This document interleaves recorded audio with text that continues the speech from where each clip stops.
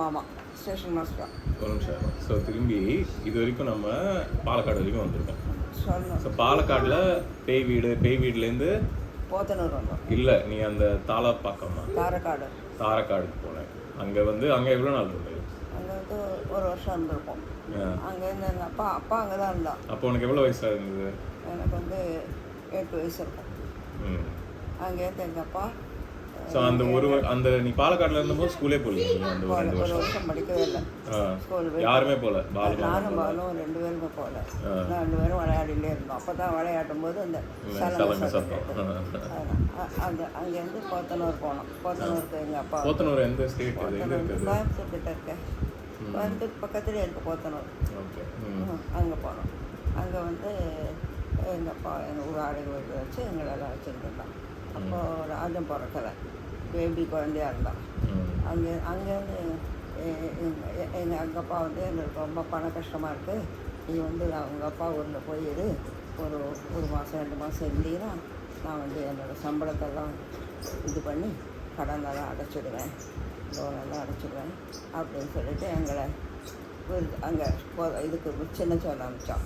சின்ன சேலங்கிறது விருதாச்சலத்துக்கு பக்கத்தில் இருக்குது. விருதாச்சலங்கிற ஒரு பக்கத்தில். அது வந்து சேலத்துக்கும் விருதாச்சலத்துக்கும் நடுவில் இருக்குது. சேலத்துலேருந்து கொஞ்சம் தூரம். ஸோ அந்த ஊரில் ஸ்டேஷன் மாஸ்டர் இருந்தா எங்கள் அப்பா, எனக்கு மாமானா இது அம்மாவோட அண்ணா, 2வது அண்ணா. அங்கே அந்த வீட்டில் தான் நீ பிறந்தியா? அது வேற அண்ணா? அது பெரிய அண்ணா ராஜா மாமா வீட்டில் பிறந்தேன்.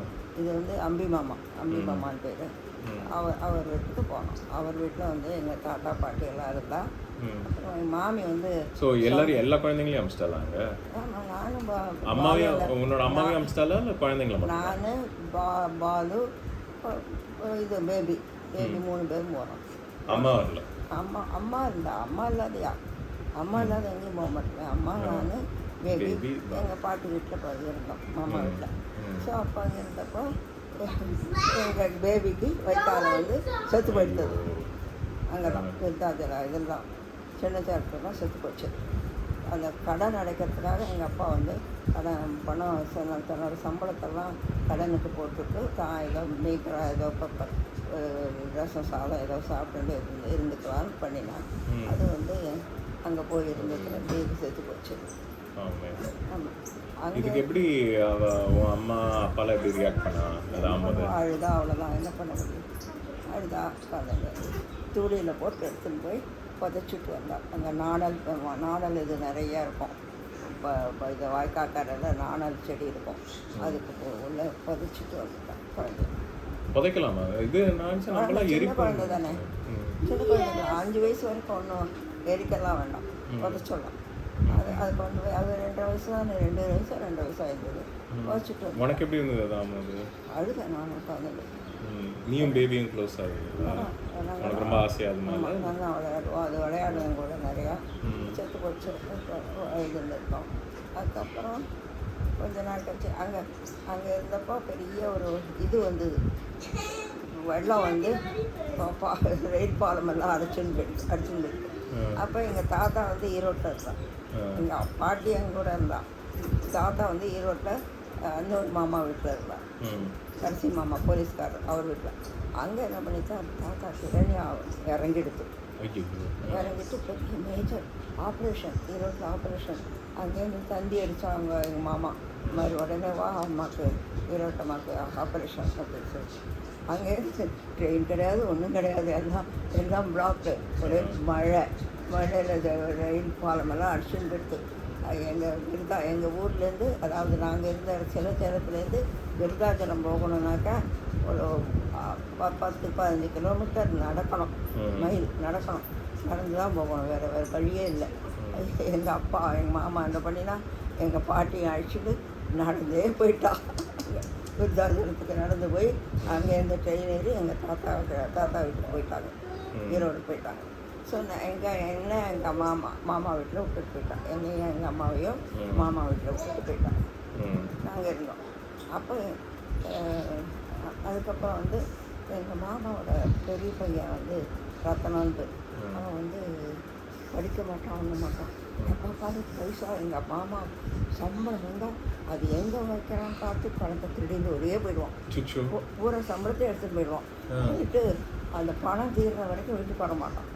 என்ன பண்ணுவாங்க? ட்ரெயினில் எங்கள் மாமா பேரை சொல்லி ஸ்டேஷன் மாஸ்டர் பையனானு சொல்லி ட்ரெயினில் நான் ஏறி எல்லா இடத்துக்கும் போயிட்டு எங்கெங்கேயோ சுற்றிவிட்டு அந்த காசு கையில் தீர்ற வரைக்கும் சுற்றிவிட்டு காசு தீர்ந்த உடனே வீட்டுக்கு வருவான். அது மாதிரி பண்ணுவான் அவன் அப்பேற்பட்டான். அதனால் என்னாச்சு, எங்கள் வீட்டில் எனக்கு அப்போ பொங்கல் பண்டிகை வந்தது. பொங்கல் பண்டிகையில் எனக்கு அம்மா வந்து எனக்கு என்னோடய ஸ்காலர்ஷிப் பணம் வந்துட்டு ஸ்கூல் ஸ்காலர்ஷிப். அந்த பணத்தில் நீ ஒன்றும் பண்ண வேண்டாம், அவனுக்கு ஒன்றுமே பண்ணலை அப்படின்னு சொல்லிட்டு எனக்கு தோடு ஜென்ஸு வாங்கி கொடுத்துருந்தான். இது நீ வந்து இந்த சின்ன செல்லம் போனோடனே திரும்பி ஸ்கூல் போக ஆரம்பிச்சிட்டியா? இருக்கும் போத்தனூர் போனோடனே ஸ்கூல் போனேன். போத்தனூர் போனோடனே ஸ்கூல் போயிட்டேன். பட் ஆனால் அங்கேருந்து நீ திரும்பி இந்த சின்ன செல்லம் வரும்போது ஸ்கூல் மாறிட்டுமே. சின்ன சேலத்தில் லீவில் தானே வந்தோம். லீவில் தான் வந்தேன். அதுக்கப்புறம் போயிட்டோம் திரும்பி போயிட்டேன். அப்போ அந்த பொங்கல் போது அதை எடுத்து ஒரு சாமி இடத்துல ஒரு இது மாதிரி ஒரு கிணறு, அந்த கிணத்துல போட்டுட்டு போய் குளிக்க போயிட்டோம். குளிக்க போயிட்டு வந்துட்டு திரும்பி இது பண்ணி பார்த்தா அந்த ஜிம்கத்தோடு ஒன்றையும் எல்லாம் காணாமல் எடுத்து. உடனே எங்கள் அம்மா கிட்ட ரொம்ப எங்கள் அம்மா அங்கே இங்கே தேடி மாமா தேடி எல்லாம் தேடி எங்கள் மாமா சொல்லிட்டா, நீ தேடவே வேண்டாம், அந்த பையன்தான் என் பையன்தான் எங்கேயோ எடுத்துன்னு போயிட்டாங்க, நீ அவனுக்கு ஒரு பைசா கொடுக்குறேன், 10 ரூபா கொடுக்குறேன்னு சொல்லி அவன் எடுத்துன்னு வந்து கொடுத்துருவாங்க. சரி எங்கள் அம்மா அவங்ககிட்ட கத்தனம் இப்படி பார்க்குறா, இது மாதிரி அம்மாவோட எங்கள் தங்கத்தோட நகையை காணும், நீ தேடி கொடுக்குறா, உனக்கு பைசா கொடுத்துட்றேன், உனக்கு 10 ரூபா தரேன்டா அப்படின்னு. அவன் என்ன பண்ணான், இங்கே போய் எடுத்துகிட்டு வந்து கொடுத்துட்டான். அவன் எங்கே ஒழிச்சு வச்சு 10 ரூபாய்க்காக எடுத்துகிட்டு வந்து கொடுத்துட்டான். எங்கள் மாமா உடனே அவனுக்கு 10 ரூபா கொடுத்துருன்னா. எங்கள் அம்மா ஒரே கோவம். அவனை 2 அடி போட்டு ஏன்டா இப்படி திட்டினே அப்படின்னு கேட்காத, எனக்கு 10 ரூபா கொடுத்துருவான் அப்படின்னு இதாண்டா இப்படி இருக்காடா அப்படின்னு சொல்லிட்டு 10 ரூபாய் கொண்டு கொடுத்துட்டான். ஆனால் அவன் கொடுத்துட்டான். அந்த டைம்ல 10 ரூபாலாம் பெரிய அமௌண்ட்டு கொடுத்துட்டான். என்ன பண்ணுறது சொல்லு. அந்த மாதிரி பண்ணிட்டான். அவன் பண்ணிட்டான். அவன் அப்புறம் எங்கள் பெரிய மாமாவோட தாத்தா, அதாவது எங்கள் மாமியோட அப்பா அவள் ஊரில் கொண்டு போய் விட்டுட்டான். இதில் கோயம்புத்தூரில் அவருக்கு வக்கீல். அவர் என்ன பண்ணார், இவனுக்கு சம்பளத்தெல்லாம் அவங்க கையில் கொடுத்துருவார். நீ இந்த வீட்டு இதெல்லாம் கணக்கெல்லாம் நீ பார்த்துக்கோ, இந்த வீட்டுக்கு என்ன சாமான் வேணுமோ வாங்கி போட்டுக்கோ, இந்த பணம் அப்படின்னு சொல்லி அவங்க கையில் கொடுத்து அவனை ஒரு சீர்திருத்தம் பண்ணி அவனை ஒழுங்காயிட்டான். அதுக்கப்புறம் அவன் திருட்டெல்லாம் விட்டு அவனை SSLC வரைக்கும் படித்து ஒரு போலி இது போஸ்ட் ஆஃபீஸில் ஒரு பியூன் வேலையோ என்னமோ வேலை வாங்கி கொடுத்துட்டாங்க. எங்கள் மாமி எங்கள் அம்மாக்கிட்ட, அவனுக்கு நீ தங்கத்தை படிக்க வைக்காத, தங்கத்தை அவனுக்கு கல்யாணம் பண்ணி கொடுத்துடலாம், நீ படிக்க வைக்காத, மாமாவுக்கு தங்கத்து மேலே ரொம்ப இஷ்டம், எங்கள் வீட்டு நாட்டு பண்ண வந்துடட்டும் அப்படின்னு எங்கள் அம்மாவை பிடிச்சி போர் பண்ண ஆரம்பிச்சிட்டான்.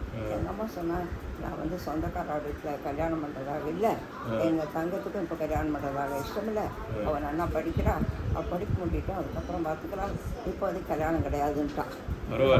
ஒரே பிடிவாதமாக சொல்லிட்டான். 3-4 தரம் கேட்டா அவள் மாமி எங்கள் அம்மா பண்ணி கொடுத்துரு முடியாதுன்ட்டான். எங்கள் அம்மா ஒரே பிடிவாதமாக முடியாதுன்ட்டான். சரி அதுக்கப்புறம் விட்டுட்டான். அது மாதிரி அது சும்மா இது அப்போ நடந்ததில்லை, இது பின்னால் நடந்தது. அது முன்னாடியே சொல்லிட்டாங்க. அதுக்கப்புறம் நாங்கள் எங்கள் வீட்டுக்கு திரும்பி வந்துட்டோம். நகை மாமா அவன் எடுத்து கொடுத்துட்டான், அதை எடுத்து போட்டுட்டு நாங்கள் வந்துட்டோம். அதுக்கப்புறம் போத்தனூரில் இருந்தப்போ எங்கள் அம்மாவுக்கு மறுபடியும் பிரசவமாச்சு. ராஜம் பிறந்தான். அப்போ தான் இதெல்லாம் இன்னும் World War II டைம் தான் இல்லை, World War முடிஞ்சிருக்கப்போ 1945 முடிஞ்சிருக்கு. அப்போ ராஜம் பிறந்தான். போத்தனூரில் தான் பிறந்தாவும். ஸோ உனக்கும் ராஜனுக்கும் எவ்வளோ 10 வயசு 12 வயசு இல்லை, 8-9 வயசு வித்தியாசம். 9 வயசு வித்தியாசம். 9 வயசு வித்தியாசம். 1940 தானே இருந்திருக்கும். அப்போ தான் நீ 32ல் பிறந்தல, 39ல் பிறந்தான். 39ல் ராஜா 39ல் 38 39ல் பிறந்தான். 39ல் பிறந்திருப்போம். அப்போதானே வேர்ல்டு வார் 2 ஆரம்பிச்சது. நீ சொன்ன அந்த டைமில் சேலத்தில் தான் இருந்தது சொன்னேன். அச்சோ அப்போ அதெல்லாம் தெரியலையே. 39ல் அவள் பிறந்திருக்கா. வேர்ல்டு வார் சேலத்தில் தான் வேர்ல்டு வார். எங்கள் வேர்ல்டு வார் கூட நான் இருந்தது சேலத்தில் தான். அப்போ ராஜம் இல்லை. அப்போ பிறந்திருக்குங்க. பேபி தான் அந்த டைமில் பிறந்திருக்கா. ராஜம் வந்து 39ல் தான் பிறந்தாரா. என்னோட 7 வயசு தான் பெரியவோ, சின்னவோ. எனக்கு 32னாக்கா அவளுக்கு 39 இருக்கும். 39 40 இருக்கும். அதுக்குள்ளே தான் அந்த 40ல் பிறந்தா வச்சுக்கோயேன். சரி அப்போ அதுக்கப்புறம் என்னன்னு எனக்கு அது சரியாக சொல்ல தெரியல. 40ல் தான் பிறந்தா நான் கூடயாவும் என்னோட அந்த டைம் லைன் தெரியல. ஸோ அந்த 39 சேலத்தில் இருந்திருப்பேன். அதுக்கப்புறம் நான் அந்த கோயம்புத்தூர் சேலம் வந்தோமோ என்னமோ தெரியாது. பட் சேலத்தில் ராஜா இருந்ததாக எனக்கு ஞாபகம் இல்லை. தெரியல இருந்தாளா குழந்தை இருந்ததா அப்படின்னு தெரியல. அதுக்கப்புறம் அங்கே இருந்தப்போ நான் வந்து ஸ்கூல் போயிட்டு இருந்தேன். ஸ்கூலில் நான் சொன்னேன்னே அந்த போத்தனூர் டீச்சர் வந்து ரொம்ப ரூடாக இருக்கும். எனக்கு அடிக்கடி முட்டி போட வைப்போம், பெஞ்ச் மேலே நிற்க வைப்போம். என்னவோ பனிஷ்மெண்ட் நிறையா இருந்தது. ஸ்காலர்ஷிப் வந்துருந்துன்னு சொன்னால் நல்லா படிச்சுருந்தேன் அந்த டைம். அப்போ தான் பண்ணேன். அப்போ ஸ்காலர்ஷிப் பண்ணல. சேலத்துக்கு வந்ததுக்கப்புறம் தான் ஸ்காலர்ஷிப் எனக்கு. ஆனால் நீ இந்த இதுக்கு போகும்போது அந்த இடம் பேர் என்ன, அந்த போத்தனூர் இல்லை இவா வீட்டுக்கு அந்த கோபி சின்ன சேலம் போகும்போது உனக்கு ஸ்காலர்ஷிப் பணத்தில் இது வாங்கி கொடுத்தாங்க. அப்போ இருந்தது எப்படின்னு தெரியல.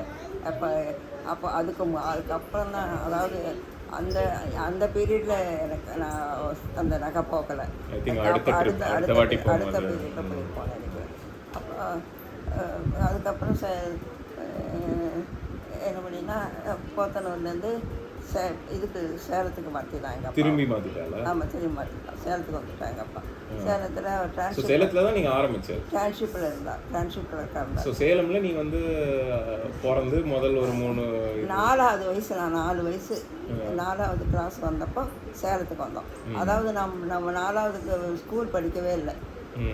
எங்கேயுமே 4வது ஸ்கூல் 4ஆம் கிளாஸ் படிக்கலை. அதில் 4ஆம் கிளாஸாக அதுக்கப்புறம் ஒரு வருஷம் கழிச்சு அதே 4ஆம் கிளாஸில் சேலத்துக்கு வந்தேன். சேலத்தில் அந்த ஸ்கூலில் படித்த சென்ட் ட்ரீஸா ஸ்கூல்னு ஒரு நல்ல ஸ்கூல். இது கிறிஸ்துவா ஸ்கூல், மிஷனரி ஸ்கூல். அதில் என்னை வந்து 5வது எடுத்துக்க மாட்டேன்ட்டான். நீ வந்து 4வது படிக்கலை, நீ 4வது தான் இருக்கணும் அப்படின்னு சொல்லிட்டு போட்டான் என்ன 4வதுல நாம் சேர்றச்சு. அப்போ வந்து எனக்கு குவார்டர்லிக்கு ஒரு மாதமாக 15 நாள் முன்னால் என்னை அங்கே போய் சேர்ந்தேன் அந்த ஸ்கூலில். நான் சேர்ந்து ஒரு 10-15 நாளைக்கெல்லாம் குவார்டர்லி என்ன பண்ணால் என்னை வந்து டீச்சர் வந்து சொன்னால் பக்கத்தில் நல்லா படிக்கிற பொண்ணோட நோட்ஸ் எல்லாம் வாங்கி கொடுத்து நீ இதை பார்த்து எழுதிக்கோ, படிச்சுக்கோ, நான் குவார்டர்லி எக்ஸாம் நீ எழுதித்தான் ஆகணும் அப்படின்னு. சரி என்னடா பண்ணுறது, நான் குருட்டாம்போக்கில் அது படித்து குருட்டாம்போக்கில் எழுதினேன். அது என்ன ஆனாக்கா அப்போ தான் வந்து நான் சேர்ந்துருக்கேன். அப்போ தான் அதை வந்து புதுசாக கற்றுட்டு அந்த பாடத்தை படித்து எழுதியிருக்கேன். அதில் எனக்கு வந்து 3rd ரேங்க். அதாவது எடுத்தாக்கா ரேங்க் போட்டாக்கா எனக்கு 3rd ரேங்க் வந்தது. ஐயோ இந்த பொண்ணு இன்னைக்கு நேரத்துக்கு அந்த பொண்ணு இப்படி 3rd ரேங்க் வந்துட்டு அப்படின்னு சொல்லிட்டு அவளுக்கு ஒரே ஆச்சரியம். இப்படி தானே படிக்கிறது இந்த பொண்ணு. சரி இவளை 4th கிளாஸில் போட்டா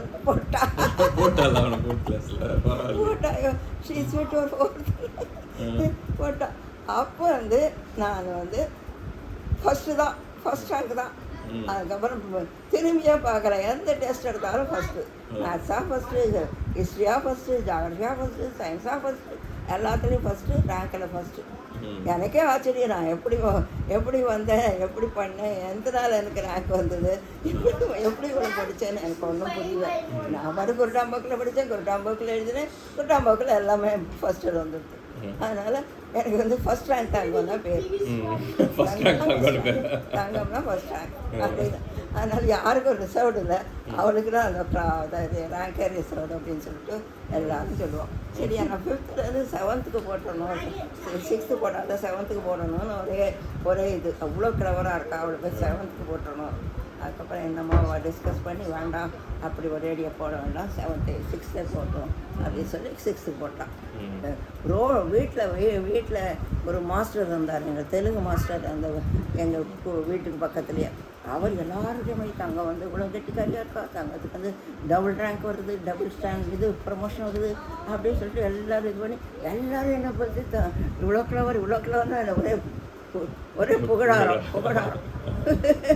என்ன ஏரியாமையே புகழாரம், என்ன ஏரியாமையே ரேங்க்கு, என்ன ஏரியாமையே மார்க்கு, எல்லாம் என்ன ஏரியாமே. நான் படித்து எழுதி தெரிஞ்சு பாஸ் ஆகலை, எல்லாம் குட்டாம்போக்கு இருக்கும் பண்ணுறேன்.